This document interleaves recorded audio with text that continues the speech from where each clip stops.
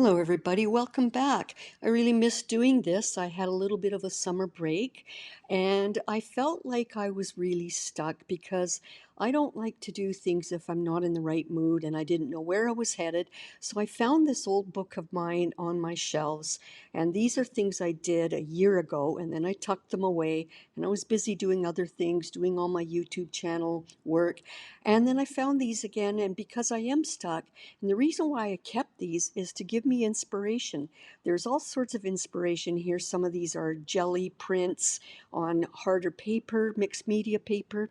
I keep them because it inspires me. So I've got this book, this mixed media book, and I had this one page done in it, and I like it. I forgot all about it until I brought it back out.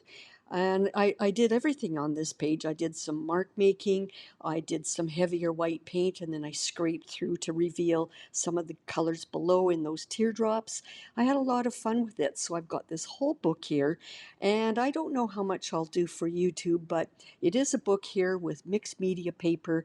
And I thought, if I'm stuck, what I always do to get back in the groove is just play and learn and explore. So I've got some tape here. I didn't have any um, of the masking tape in the right thickness, so I've got this white paper tape, and I'm going to use that. And I'm just going to make a border because even though I'm just playing, this is a cool book because I could tear out some of those pages, and if I like what I see, I could actually take those pages out and frame it. So if I put a nice border around here, there's the regular masking tape, but it was too thick. So anyway, what I did was I made a border, and I'm just going to have some fun today. And I'm going to start with some mark making, and I'm going to possibly use paper towels to do imprints or sea salt to do textures on the background. I've got those on the side just in case I use them, but I never know where I'm going to go. And as you'll soon find out, I didn't go in that direction at all. Something else that was very exciting happened. And you know me, I'm intuitive, I go with the flow. So I started doing the mark making. And then I thought, I'll get my beautiful new, brand new watercolor brushes out. And I've got a nice, they're just beautiful. They hold a lot of paint. I've got a nice rigger brush, which I love to use when I want to play with flow. I've got a nice soft fan brush. All of that is there, clean jar of water. And let's just see what develops. Again, this is just, yeah, and what I'm using is two colors today, quinacridone Nicolazo Gold, always my favorite. I did bring out that Indian yellow, but I'm not going to use it. I've got the quinacridone Nicolazo Gold in two substances. One is a high flow acrylic, and one is just the fluid acrylic. The bigger thing there, fluid acrylic, is a little heavier. The other one's a little more fluid and liquidy. And then I'm going to use Payne's Gray, which I also love. I like it because you can use it full strength as almost a black, and you can water it down, as with all of these high flow acrylics. You can water them down and they become brilliant, bright, happy, cheery colors, versions of the one color. So let's have some fun. I've got some tissue paper ready, ready if I need it. So I'm bringing out the high flow acrylic Nicolazo Gold, and I'm going to use my rigger brush. And again, I'm just going to use these two colors and show you what we can do with them. I'm going to use my rigger brush and dip it into this fluid high flow acrylic, and I'm going to spray my whole page with water first, because you know I love to watch paint flow. When I don't know what I'm going to do and I have no idea, no inspiration, I just go with a paint flow and let it dictate what will happen. And those were mistakes that it just came out and splattered. And immediately, already now I know that I'm not going to go further with what I wanted to do. I already see a field of flowers, and that is what it's going to be. I love it. I'm not even going to do much with it today because this is already, to me, a happy, happy mistake that I love. So I'm going to go with the flow and do a quickie little show, abstract landscape for you. What I decided to do is put some tissue paper down and just absorb any of that yellow that went into the upper half, because when I do add blue, I don't want it to turn into green. Look at this happy action here. Absolutely crazy in love with this. And again, this is a book of inspiration, so years down the road, I could pick this book up, flip through it, and go, wow, I love that. That'll give me inspiration for a big floral painting. Right now, I'm just going to leave it in the book as a page of inspiration. But look at all these happy little things that happened. And that just happened in a split second. I didn't contrive anything. I just went with it and look what happened. I even love the scribbles of the crayons up above. And I don't want to do much to this today because it is what it is. What I am doing is dividing the bulk of the pages and putting it in half so that it's not so thick on my wrist when I'm working on the table. I like this book for that reason. The coils are great because you can open it up flat and you can just set aside some of the bulk and make it workable for you. I'm going to bring out the Payne's Gray, and I know it's going to be too dark, so I'm going to water it down. And you can see already with hitting the water how much paler it becomes. It becomes a beautiful indigo blue. Love, love, love this color. I'm going to get out a test cardstock to see how that comes out. I love it. And even though it will dry lighter, I decided that I want to do it a little lighter than this. So I'm using this watercolor brush, which soaks up a lot of that color. I'm putting it in a new little area, and I'm going to add more water so I can get a more watered down version of this indigo. And I swish that rigger brush in the water, not rigger brush, it's watercolor brush. And you can see it's the same color but lighter and brighter, and I like that. Now I want to do it in the top half of the page, but I don't want to have any of that blue hit the Nicolazzo gold and turn brown or green. So I'm just covering some of that area so that when I spray the page with water, I'm avoiding it spilling down over top of that flower area.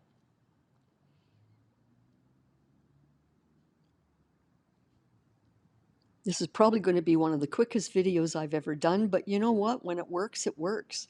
Now look what's happening here. I could actually stop right here. I love the shape and the movement of what's already there, and I think for my taste, I love it as it is, but I'm going to show you as usual how you can go a little further. Now, when I sprayed with the water, it went over the Nicolazzo gold and I didn't want it to turn muddy, so I dabbed some of that back. So I'm going to spread some of this around. Now, the problem with cheap or inexpensive mixed media paper is once it gets too wet, it bubbles and ripples. And so it's hard to let the paint flow because now it wants to go into these channels where the page is rippled. So there's not too much I can do about that. It is what it is. If this was a stiff watercolor paper, that wouldn't have happened, but I quite like that it just helps play with the movement. And again, this isn't a masterpiece for me to frame. This is an inspiration book. I'm experimenting, I'm playing, and I'm learning. One thing I learned right there is that if I was going to do this technique and keep it how I intended, I would do it on a better watercolor paper. But again, the purpose of this book is to get me inspired, get me to learn, grow, play, experiment, and that's what it is. So I sprayed a little more water so that the blue would flow down a little bit, but I've kept it from interfering with the Nicolazzo gold. What I did was I pushed my finger down on the page so that the ripple would go away. It would flatten the paper and let the blue spread, but it didn't work that well. It is such a soft paper that it just continued to ripple. No worries. So what I did was dab a little back, and then I tried to tilt the page, and I'm smushing it around the top so that some of that flow goes to the top half of the page. It's not quite dry up top, but the bottom half is dry, so I thought I'd bring out, even though I said I was going to do two colors, I want to just cheer this up a little bit, make it a little more vibrant. So I've got one of my other favorite colors, quinacridone magenta. The quinacridone series of colors, quinacridone means they're more transparent, and I love them. They're bright, full of pigment, but they're also semi-transparent. And I really enjoy that because I like how some of my initial mark making from the crayons below will show through these colors. So what I'm doing is I'm just going to encourage with a little spray in the lower part, and I'm just using the rigger brush to dab and see. Again, I'm playing with water flow. What's happening here is as I put some of this down, Um, I'm using splatters because it wanted to splatter anyway. And right there, it splattered up into over top of the blue. And I thought, hey, that's a happy accident. I like that. So I encouraged it to splatter even more. What I didn't want to do is have that solid area there of the magenta go over into the blue. So I dabbed some of that back. But I'm just having fun now with more splashes. And as you can see, what that did was bring more layers and depth and dimension to my piece of work. I'm quite happy with these colors together. I'm not touching the splatters. I'm letting them dissolve if they will, or stay on the surface as they will. Whatever happens, that's what I'm going with. But I am encouraging a little more of that magenta into a few areas and a little more splashing. So this just looks like a field of flowers. And this is as it looks dried and without the bright lights over top shining on it. So this is got a lot more depth now, but I want to do more. And as you can see, it dried. It looks paler because I've got the bright lights overhead. But what I want to do, oh, and I'm showing you there when I used a hair dryer to dry it, and it had a lot of that magenta on there as a flow, and it flowed off the page, and it looked like a little bit of a river flow, and I didn't mind that. So that's a happy little thing that happened, and I don't mind the movement and energy that that provided. So what I did was I picked out some soft pastels that were similar to these colors. What I want to do is just bring a little bit of bright, happy depth to the image because it did dry quite flat, and I do love playing with depth. So I'm picking and I'm trying to decide what colors of orange and red I want to use. So I'm trying a few different ones out on my cardstock before I use it on the page. I decided that that orange is the one I wanted to go with the lighter orange.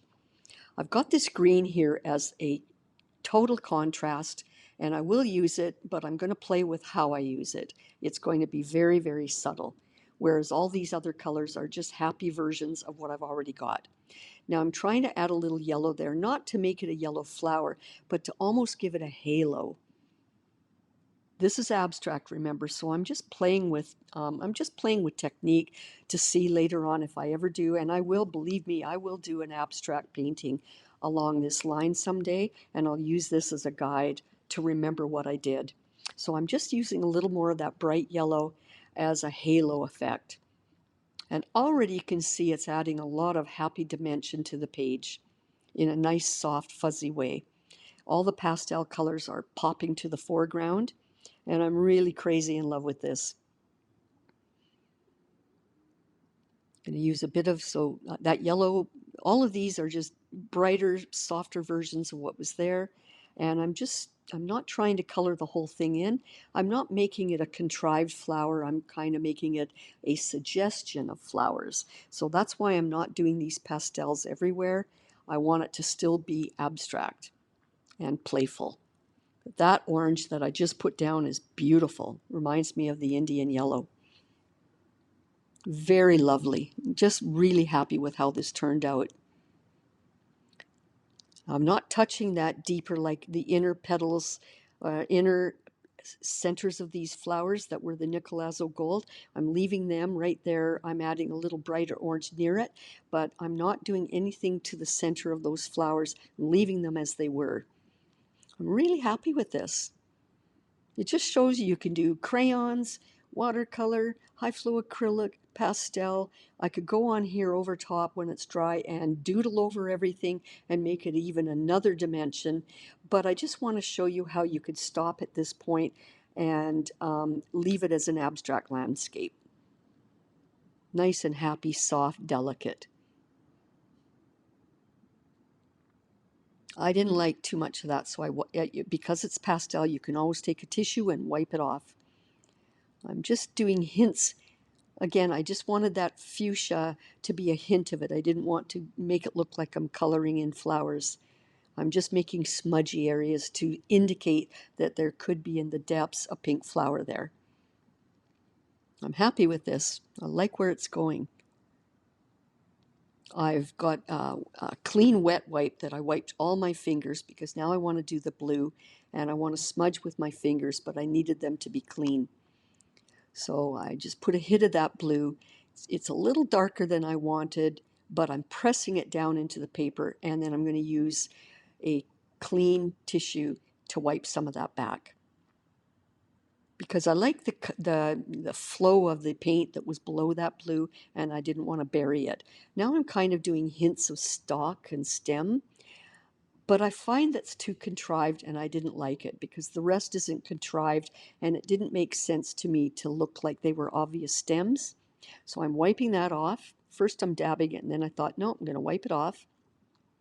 And I do want to have hints of that contrast green, but I don't want it to be obvious. So I'm putting it in similar little areas and little spots, but they're not obvious stems and stalks. And I like that better. I like that a lot better. I'm going to take the tape off because I'm happy with it as it is. Again, this is just an inspiration page. It's not necessarily finished. I could someday down the road do a little more tweaking to that, put a nice coating of fluid medium over that to coat it, and then I could even mat it and frame it. But for now, I'm going to leave it in my book, and it's just a happy, happy inspiration page. And that's all I'm going to do for today because I want to just stop where it is because I'm happy with it. And I get a lot of delight looking at it. It makes me feel good. It's still summer, and I like where this went. This book is going to have so much variety in it. Some of it might be abstract landscapes. Some of them might be more like my other style. You never know. Again, this book is about exploring and getting inspiration and learning. So thank you everybody for watching. Please like and subscribe and share if you like this. It encourages me to do more. And I'm going to call it a day because it is what it is. I really like it. I'm happy to be back at this after my summer holiday, and we'll do more this fall and winter with exploring and doing more inspiration in this book. Again, it's just mixed media paper, so if you make a mistake, you don't like something, you tear that page out, and you keep what you like in the book, and keep it in the shelf, and who knows, years to come, bring it out, and you never know where you're going to go with it. So we'll leave it at that for today. I'll do another one next week, and again, thank you for your support. Please like and subscribe and share and comment if you will. I love to hear your comments. And I hope this inspires you to play and learn and grow because that's the whole point of my YouTube channel is to encourage you to do the same. Remember, I haven't even taught you to draw. We're just playing. So bye, have a good time, and I'll see you next time.